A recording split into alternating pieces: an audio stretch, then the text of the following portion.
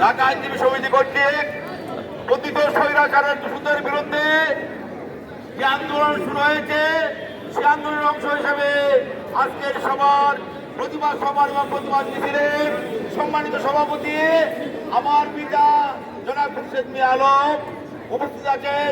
ঢাকা আইনজীবী সমিতির সংগ্রামী সাধারণ সম্পাদক সৈয়দ নজরুল ইসলাম উপস্থিত আছেন। জাতীয়তাবাদী আইনজীবী ফোরামের সকল কেন্দ্রীয় নেতা এবং ঢাকা মহানগরের পাবলিক প্রসিকিউটর উমর ফারুকে উপস্থিত আছেন। ঢাকা আইনজীবী সমিতির সাবেক সাধারণ সম্পাদক, তিনি আমার সাথে সাধারণ সম্পাদক ছিলেন। লীগের অন্যতম প্রমুখার জনাব আলিউল্লাহ খান বাচ্চু উপস্থিত আছেন।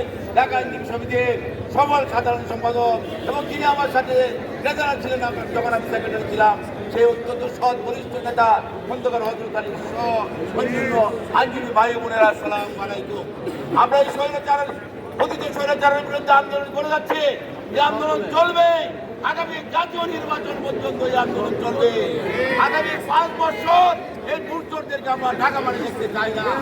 তাই আমাদের আন্দোলন কঠিনভাবে গড়ে তুলতে হবে। আগামী মঙ্গলবার দিন আপনারা সবাই এখানে বলিষ্ঠভাবে উপস্থিত থাকবেন 12:30টায় এবং ওই দিন ইনশাল্লাহ আমাদের সম্মানিত সভাপতি এবং সাধারণ সম্পাদক আমি ঘোষণা দিয়ে দিলাম, তারা ওদের পর দুপুরে লাশ আপনাদেরকে খাওয়াবেন।